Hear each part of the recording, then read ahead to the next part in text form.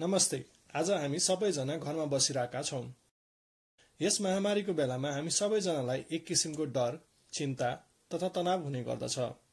आज यस भिडियोमा हामीले यो तनाव, डर, चिन्तालाई कसरी कम गर्न सक्छौं भनेर सिक्नेछौं। यो विशेष गरी बच्चाहरूको लागि हामी कसरी आरामदायी व्यायामबाट डर, चिन्ता, तनाव न्यूनीकरण गर्न सक्छौं भन्ने बारेमा छलफल गर्छौं। तपाईहरू सबैलाई यस भिडियोमा स्वागत छ। आउनुस् यसको सुरुवात हामी एउटा छोटो विधिबाट सुरु गरौं, जसलाई हामीले लामो सास प्रश्वास पनि भन्दछौं। यो लामो सास प्रश्वास प्रक्रिया एकदमै सरल र छोटो उपाय हो, जसले गर्दा हामीले आफ्नो शरीरमा तनाव, चिन्ता र डरलाई चाँडै न्यूनीकरण गर्न सक्छौं। यस विधिका लागि हामी सबैजना एक शान्त आरामदायी ठाउँमा बस्न सक्छौं वा सुत्न सक्छौं।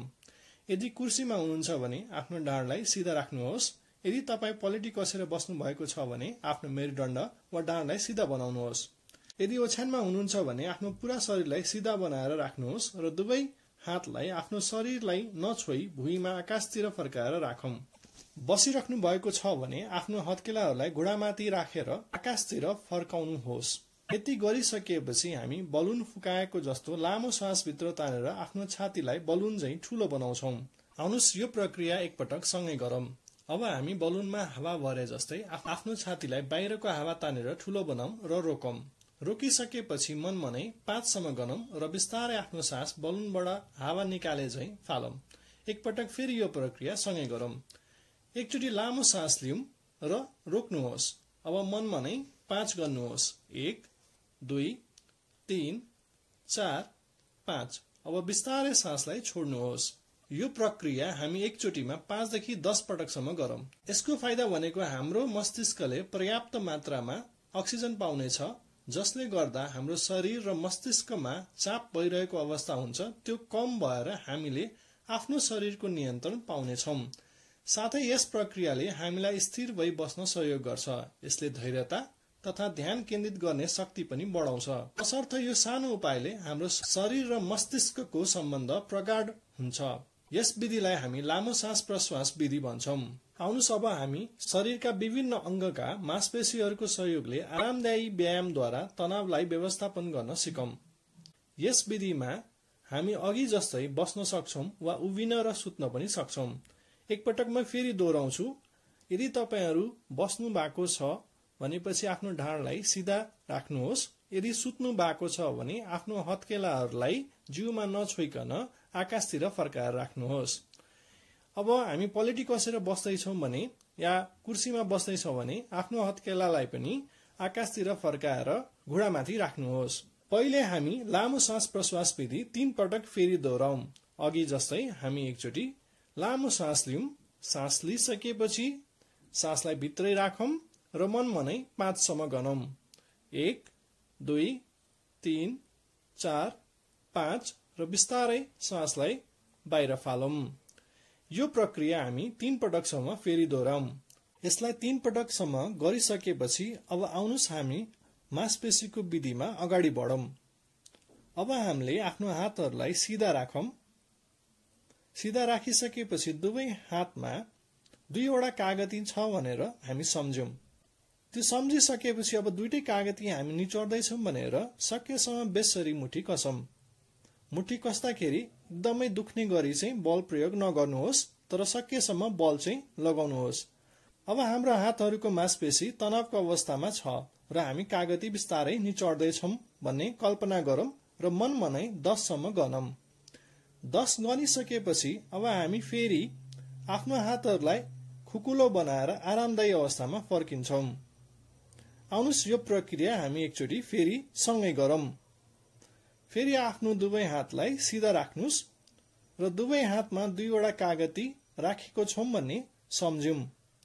अब ती कागतीहरूलाई हामी निचोड्दै छौं र त्यसबाट रस आउँदैछ भन्ने कल्पना गरौं र सँगसँगै हाम्रो हातका मांसपेशीहरू तनावमा छन् भन्ने कुरालाई याद राखौं। अब हामी 10 सम्म गनौं। 1 2 3 4 5 6 7 8 9 10।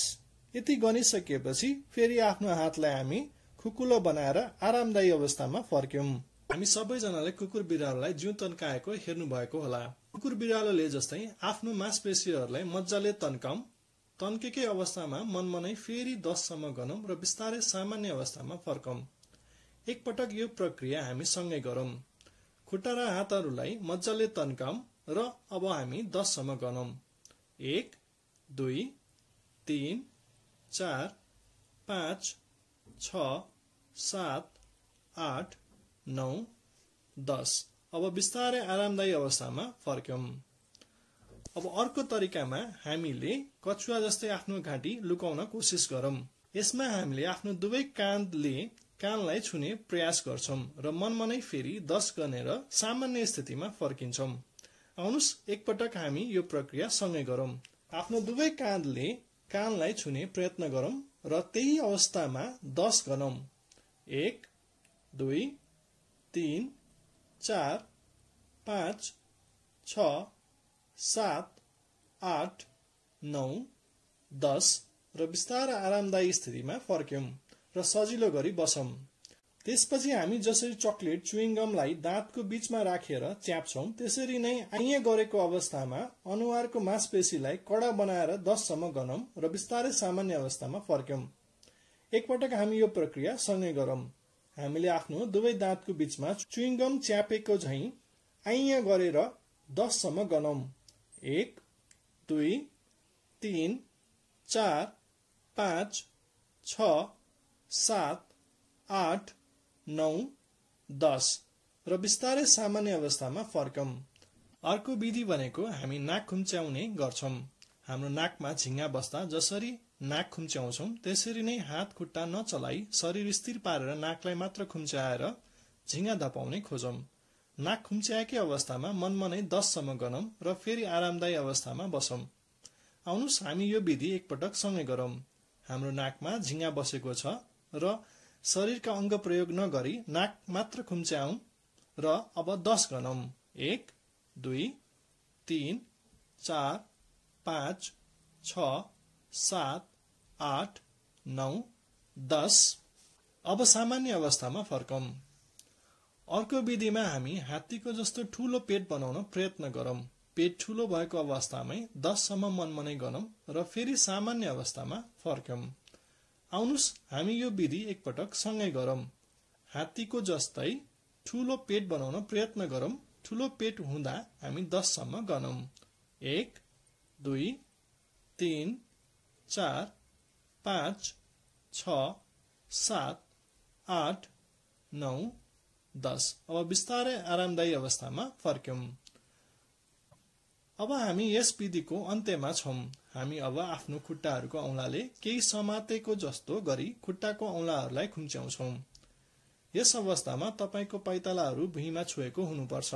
यस विधिको लागि उभिनु भयो भने राम्रो होला। तर बसिराख्नु भएको छ वा सुत्नु भएको छ भने घुँडाहरूलाई खुम्च्याएर पाइताला भुइँमा राख्दा पनि हुन्छ। आउनुस् यो विधि एकपटक सँगै गरौं। खुट्टाहरूको औंलाले केही कुरा बेसरी समातेको जस्तो गरौं र त्यही अवस्थामा मनमनै 10 सम्म गनौं। 1 2 3 4 5 6 7 8 9 10 र बिस्तारै आरामदायी अवस्थामा फर्कौं। यो मांसपेशीको विधि हामीले दिनमा 2 पटक गर्नुपर्दछ। गाह्रो भएको अवस्थामा जुन बेला हाम्रो शरीरमा परिवर्तन हुन्छ शरीरले संकेत दिन्छ, जस्तै तनावले गर्दा टाउको दुख्ने, पेट दुख्ने, हात दुख्ने, सास फेर्न गाह्रो भएको जस्तो हुने, त्यस्तो अवस्थामा यो व्यायाम हामी गर्न सक्छौं। यो व्यायाम हामीले 2 वटा विधिमा छुट्याएका छौं। एउटा लामो सास प्रश्वास र अर्को मांसपेशीको खुम्च्याउने र खुकुलो बनाउने विधि छन्। यो व्यायाम हरेक उमेरका बालबालिका तथा वयस्क र वृद्धले पनि गर्न सक्नुहुन्छ। खाना खानु भएको छ भने 2 घण्टाको अन्तरालमा गर्न सक्नुहुन्छ। यस व्यायामले मन, मस्तिष्क र शरीरको सम्बन्ध प्रगाढ बनाउँछ, हाम्रो डर, चिन्ता, तनावलाई कम गराउँछ, साथसाथै हाम्रो धैर्यता, सहनशीलता पनि बढाउँछ र रिस कम गर्न सहयोग पुर्याउँछ। यदि तपाईलाई यो भिडियो राम्रो लागेमा लाइक, शेयर, कमेन्ट र सब्स्क्राइब गरिदिनु होला। सुरक्षित रहौं, स्वस्थ रहौं। धन्यवाद।